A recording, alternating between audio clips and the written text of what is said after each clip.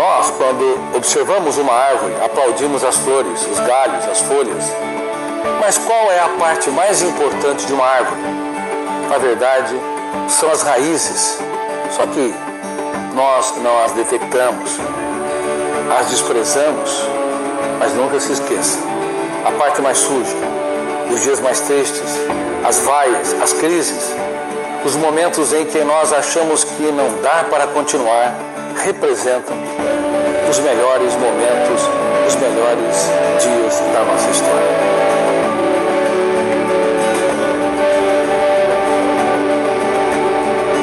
Conhecido por milhares de pessoas através dos seus livros que foram publicados em mais de 70 países, Augusto Cury é considerado o psiquiatra mais lido da atualidade em todo o planeta. Nesse documentário, ele vai contar aquilo que nunca ninguém teve acesso, que vai te ajudar a construir o melhor ano da sua história.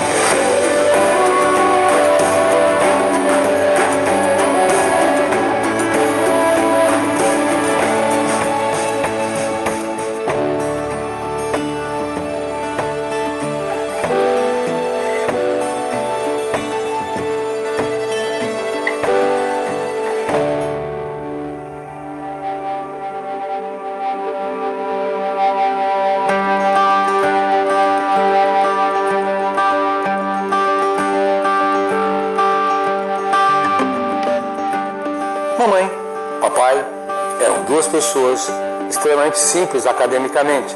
Não tiveram oportunidade, quando nos geraram, de fazer faculdades.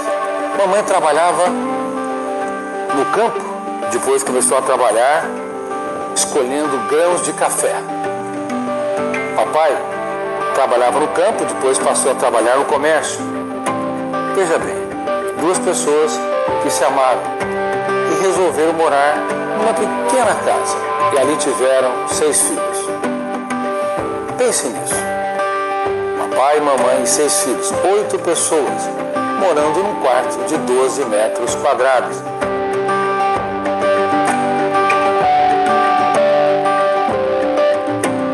Foi nesse ambiente que aprendi as primeiras lições de vida. A melhor casa é aquela que nós temos.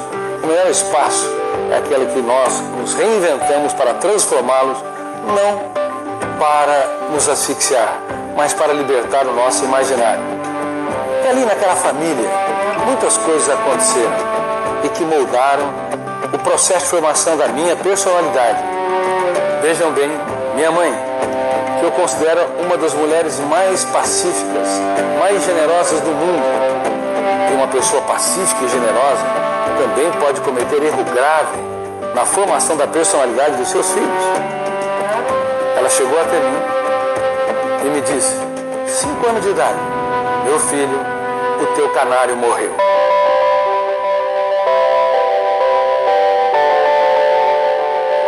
Ninguém havia morrido perto de mim até então. Eu não sabia o significado da morte, a interrupção da vida. Naquela simples frase causou um impacto emocional enorme.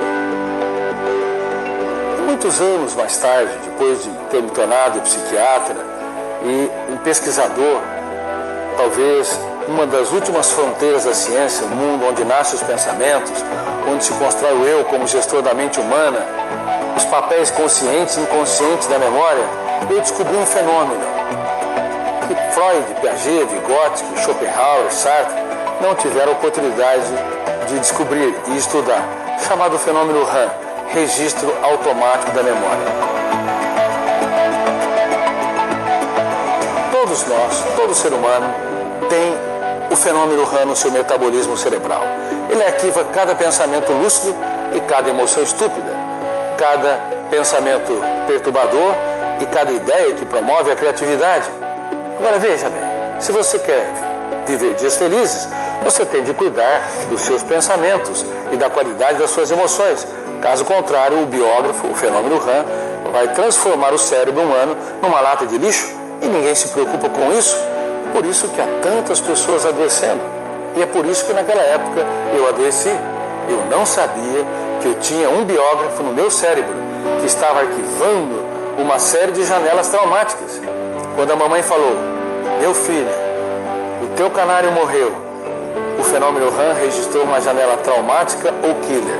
E aí ela reforçou, o canário morreu por sua culpa. O sentimento de culpa, ele é importante para prevenir a psicopatia. Os psicopatas machucam e ferem, não sentem as dores dos outros. É importante também para prevenir a sociopatia. São aquelas pessoas que transgridem as regras sociais, por exemplo, pegam o carro e dirigem a altíssima velocidade, colocando em risco a sua vida, a vida dos outros. Mas quando o sentimento de culpa ele é intenso, volumoso, ele gera depressão, autopunição, asfixia, portanto, a leveza, a suavidade e a criatividade. Naquela época, o meu sentimento de culpa não foi brando, foi intenso. E a mamãe reforçou essa janela killer ou traumática, completando: o canário morreu por sua culpa e morreu porque você não tratou dele. Aí eu experimentei pela primeira vez algo que mais pra frente, como pesquisador, décadas depois eu descobri: janelas poderosas, que são verdadeiros cárceres mentais. No cérebro humano existem mais cárceres do que nas cidades mais violentas do mundo. E alguns cárceres são presídios de segurança máxima. Eu experimentei uma janela killer ou traumática duplo P. Poder de ser inesquecível e poder de ser lida e relida. Assim, retroalimentada, formando um núcleo traumático. A consequência é que, sem contar para os meus pais, para os meus irmãos, eu chorava no meu quarto sozinho, reproduzindo a dor daquele canário e me culpando porque não tratei dele, não cumpri minimamente as minhas responsabilidades. A partir daí me tornei uma pessoa hipersensível. Vocês têm de saber, as pessoas hipersensíveis são ótimas para a sociedade, mas são carrascos de si mesmo. Quando alguém ofende, não apenas estraga o dia, como as pessoas sensíveis, estraga a semana, estraga o ano. Uma pessoa sensível, quando alguém sofre, ela se preocupa, isso é saudável, mas uma pessoa hipersensível vive a dor dos outros. Uma pessoa sensível se preocupa com o futuro, mas uma pessoa hipersensível vive o futuro e é assombrado por ele. Portanto, já no começo da minha história de formação da personalidade, alguns segredos teceram os pilares centrais do que eu seria. Me tornei uma pessoa hipersensível. E os problemas não pararam por aí. Eu tinha e tenho uma irmã que era apaixonada. Ela tinha menos de 1 ano de idade. Eu era 5 a 6 anos mais velho que ela, a Cláudia. E ela perdia o fôlego. Ela começava a chorar e ficava roxinha. E eu tinha medo que a minha irmã morresse, porque vivi o drama daquele canário que morreu de fome. Aí eu saía correndo pelas ruas, gritando: a minha irmã vai morrer! A minha irmã vai morrer! Imagina um garoto com 6 ou 7 anos, desesperados, tentando salvar alguém da sua própria família. Mais uma vez, este fenômeno inconsciente, o fenômeno RAM, o biógrafo do cérebro, registro automático da memória, arquivou outras janelas traumáticas do P. Assim, a minha infância, que deveria ser um oásis, que deveria me levar a correr atrás das borboletas, já me fazia ser uma pessoa muito preocupada com as dores, com as perdas e com as frustrações.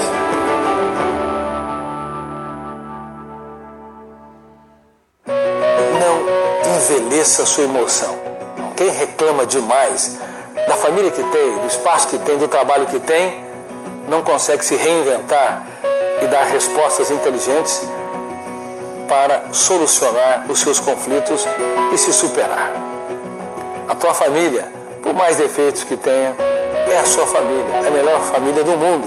Os seus pais, por mais que eles brigaram a vida toda, são os melhores pais do mundo, pelo menos para você. E o seu trabalho é o melhor trabalho do mundo. Porque se você não abrir o leque da sua mente, se você não abrir as janelas da memória para dar respostas inteligentes, você vai ser encarcerado a vida toda pelos fantasmas que te assombram. Portanto, por favor, reclame menos, porque quem reclama muito é carrasco do seu cérebro e envelhece precocemente no território da emoção.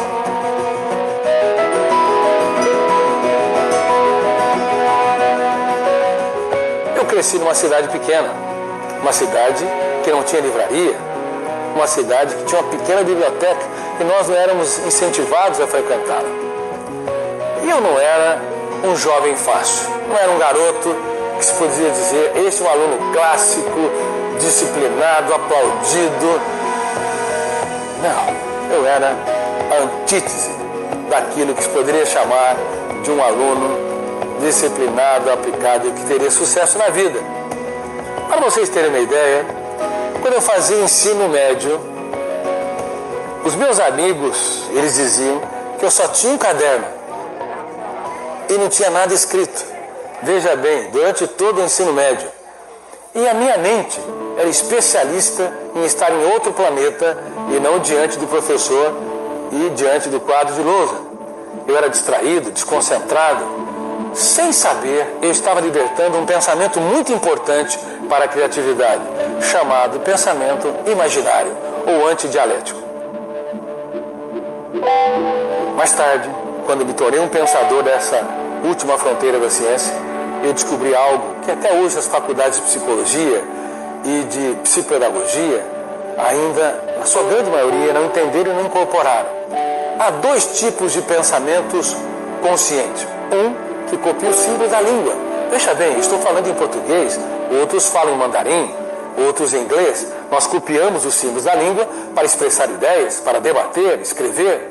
Esse pensamento que a escola usa a exaustão é o mais pobre deles. Ele asfixia a criatividade, a ousadia, a capacidade de empreender. E a educação mundial não sabe disso. Nem mesmo Harvard, Cambridge, Oxford. Por que não estudar essa fronteira da ciência? Mas eu estudei e entendi que eu libertava não o pensamento dialético, lógico, linear, mas o pensamento antidialético, o pensamento imaginário. Toda vez que você sofre pelo futuro, o sofrimento pelo futuro é um pensamento complexo, é muito mais do que um código linguístico. Você tem de desenhar as possibilidades que não existiram, circunstâncias e ambientes, e a matéria-prima básica é o pensamento antidialético ou pensamento imaginário.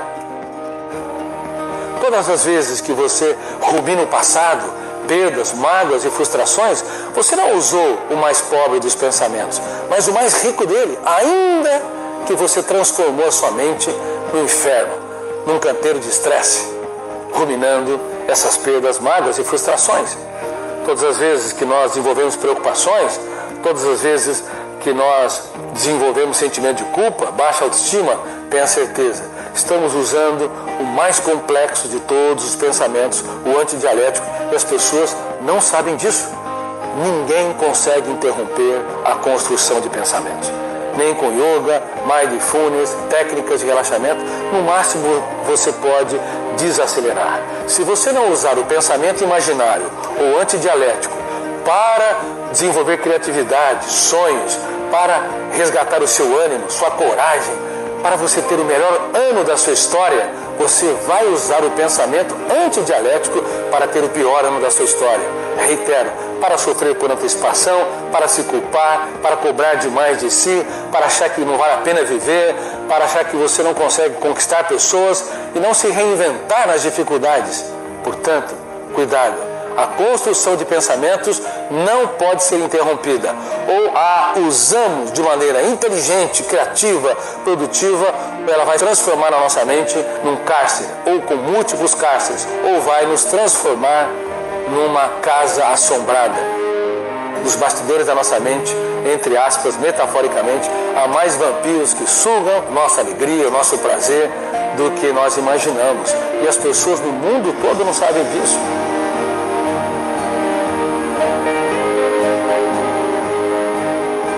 Há uma epidemia, por exemplo, de suicídios no mundo todo. Aumentamos em 40% o índice de suicídio entre jovens de 10 a 15 anos. Isso é um problema gravíssimo. Uma em cada duas pessoas, cedo ou tarde, tem ou vai desenvolver um transtorno psiquiátrico. Estamos falando em mais de 3 bilhões de seres humanos. Metade da plateia que está me ouvindo, um número espantoso, perplexo. Talvez nem 1% das pessoas vai se tratar, seja porque não tiveram habilidade para mapear os seus fantasmas mentais, não tiveram recurso para procurar um bom profissional de psiquiatria e psicologia, ou seja, porque elas têm medo de reconhecer as suas falhas e os seus conflitos.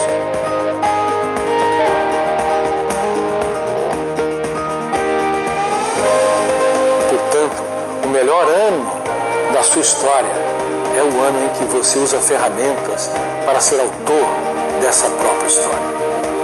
No próximo episódio, Augusto Cury vai te ensinar as 3 ferramentas de gestão da emoção que marcaram o início da sua mudança e o ajudaram a se tornar quem ele é hoje.